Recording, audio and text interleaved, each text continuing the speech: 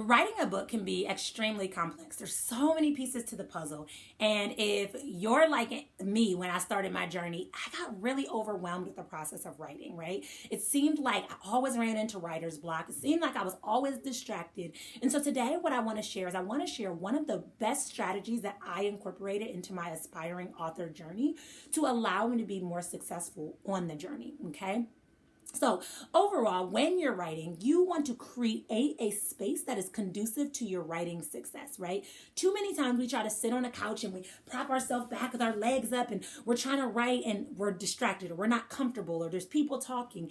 And those distractions really add up over time. And so one of the best things that you can do for yourself in advance is to identify, first off, identify a place that is going to allow you to be successful with writing. So really important, one of the things that you need to consider with this place is that it needs to be convenient, okay? You don't want a place that's like your deck, but then it rains all the time and you don't want to go out there in the snow or when it's raining and then you miss half of the year of writing because you don't want to use your deck. You don't want it to be Starbucks, coffee and you got to drive there, but you only drive there every Saturday, so you're only writing on Saturdays. You want to create an atmosphere and a place that is convenient for you to continuously access. The next thing is you want to consider if this place has any distractions. So in this writing space, is it conducive to your writing success? Or are you going to be distracted? So for example, have you made it in the, corner of your living room and you have the TV there and the remote and you're tempted to grab it and turn it on? Or is it, in a closet? Is it in a basement? Where is it at? And is it going to allow you to remove distractions or avoid distractions? Here's the thing, creating a writing space doesn't need to cost you any money. You can become super creative with it. I've had clients create writing spaces in closets, in basements, on decks, in corners of rooms, anywhere you can think of. But the point is, you got to make it convenient for you and you got to make sure you remove the distractions so that it still allows for success when you sit down to write. In 2016, when I was writing my very first book, my writing space became my youngest daughter's room. So at the time, I had a 3-bedroom townhouse, and my youngest daughter was still sleeping in the room with me. So I'd wake up really early in the morning, and I'd go into her room. And the best part about it is there was nothing of mine in that room, so I wasn't tempted to do anything, right? I wasn't tempted to turn on the TV because there was no TV in there. There was no books that I was tempted to pick up and read because none of it belonged to me. So that writing space became really a convenient place for me as far as time and as far as location. But one of the things that I learned in the season was every time I walked by my daughter's room, I'd go in there to pick out an outfit for her, go in there to play with her, or anything. I'd noticed that some of my creative juices would get flowing because my brain had associated writing with this space. And it was perfect because whenever I wanted to get more creative or I wanted to get into the flow of writing, I would just go in there and my brain would just start letting it happen. And so that's one of the best benefits of creating a consistent writing place. After you've identified the place that you want to write to, I want you to commit to this place, okay? I want you to commit to showing up and writing there consistently. Now, a lot of people get worried and they're like, well, what if I want to go somewhere else on another day? You're not married to the place. The point is to create a primary place where you can write. And then if you have certain days and you're like, all right, I'm going to write at Starbucks on Saturday, but I'll write at my house Monday through Friday. That's totally okay. But you want to commit to utilizing that place consistently. Think about it. We commit to our bed. So if we lay in our bed and we try to write a book, you're probably going to associate your bed with going to sleep and you'll likely just fall asleep. So we want to create a place that has our brain associating that with writing so that in turn, we have more success with writing. After we've committed to this place, I want you to determine what distractions are within that immediate environment. So do you have distractions that are there that you need to remove? Maybe you're in the corner of the living room and you're like, you know what, the TV's in my way. I need to move my space or I need to move the TV or the remote, right? Maybe it's you're in your kid's room like me and you're like, I need to make sure that their room is clean because I don't want it to be messy and distract me.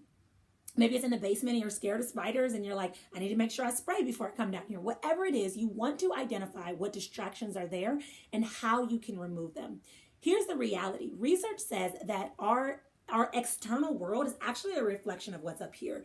So if you have a very distractible environment, meaning you have tons of clutter on your desk or you got a lot going on, that's going to reflect up here, which in turn is going to reflect in your writing. So it's important to identify what the distraction is, but most importantly, to be able to remove the distraction to allow for more success with your writing. This can even go as far as like the way you're sitting. I had a client of mine who wrote consistently, but one of the struggles she had is she had a really uncomfortable chair. So even though she found a great environment, there was no like big distractions, she was distracted because she was uncomfortable. So every couple minutes she's trying to adjust and get comfortable, and then it became kind of a place she didn't want to go because it wasn't a place that felt comfortable to her. So identify those distractions, big and small, and figure out how you can shift those to allow for more success with your writing time. Another important tool when you're creating your writing space is to identify what you need ahead of time. This is something I have committed to for years since I've been writing and always tell my clients about. So here's the thing. When we go down to write, the reality is we're going to be tempted to be distracted, right? We're going to get down there and be like, I got to go to the bathroom. And you get up and you go to the bathroom. And then as you're getting up, going to the bathroom, you realize the kids forgot to empty the dishwasher. So you tell them to empty the dishwasher. And then as you're telling them to empty the dishwasher, you start helping them because they're not doing it right. And as you start helping them, you realize you're hungry and you want a snack. And before you know it, you're distracted from your writing time. So before you write, identify what it is you need. Go to the bathroom so you have no excuse to have to keep getting up between your writing time. Bring a snack with you or a glass of water with you if you know you're going to need that. I always bring a glass of water with me, and I always bring my ideas notebook. And in my ideas notebook, I'll have my outline or my mind map or an idea that came to me in my sleep or at workout that I want to incorporate into my writing. And what this does is it allows me to stay hyper-focused on the writing and not focused on what I should have brought with me or my hunger or any other distraction that's external, but really being able to focus my time and maximize my writing time. Finally, that moves us to the last step, which is to review your writing space regularly. So maybe once a week or every other week, ask yourself, is this writing space still allowing me for me to write successfully? You may find that it started off really well, but you're in the corner of the living room and the kids keep seeing you. And so they're coming down and asking you questions, and you're like, maybe moving to the basement will make it more difficult for them to have easy access to me when writing. Or you may find that you wrote on your deck all summer, but then it's moving into the fall and the winter, and you're like, this space doesn't work for me. But reflect on it regularly to see if it's contributing to your writing or getting in the way of your writing, because ultimately you need a space that's going to help you to be more successful. Writing is already complex enough with all the ins and outs and the parts and the processes of the writing process.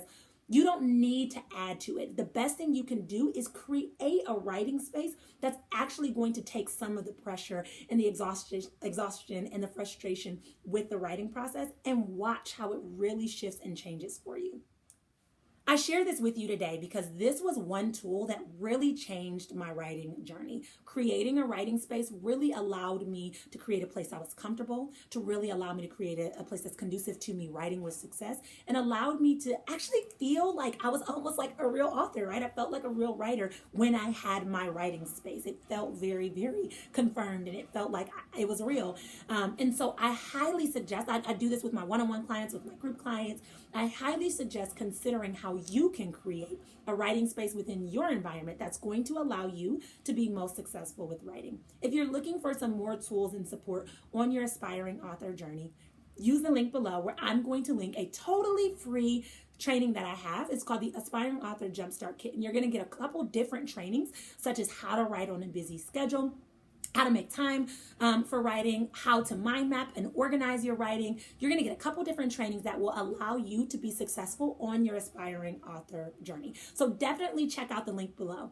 If you're looking to take it a step further and you want more support about how to get your book written in under 1 month, I definitely would love to lock arms with you and support you on this journey. So you can use the other link below where you can sign up for a totally free strategy call with me, where we can talk about how I can support you moving forward with planning, publishing, and prospering off your book. Either way you go, I look forward to connecting with you very soon, and I hope that you have an absolutely amazing day. Until next time, I'll chat with you guys later.